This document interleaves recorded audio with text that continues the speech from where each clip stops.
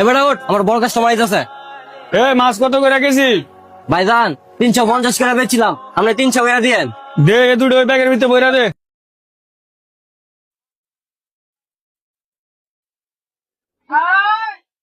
ভাই ভাই আমরা তো দুটা মাছ লইছেন, কিন্তু আমার অর্ধেকটা মাছ কাটা দিতে পারবেন?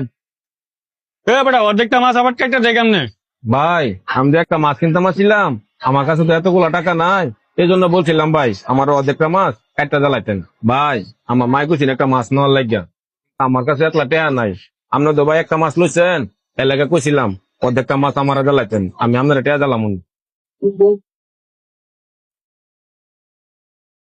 ভাই এলার একটা মাছ দাও। ভাই আমার কাছে তো একটা মাছ কেনার টেয়া নাই। না না টাকা দেওয়া লাগবে না, টাকা দিতেছি, তুমি বাইক লিয়ে যাও তোমার আম্মার জন্য। না না ভাই আমি তো ভিখারি না, আমার কাছে টেয়া আছে কিন্তু কম।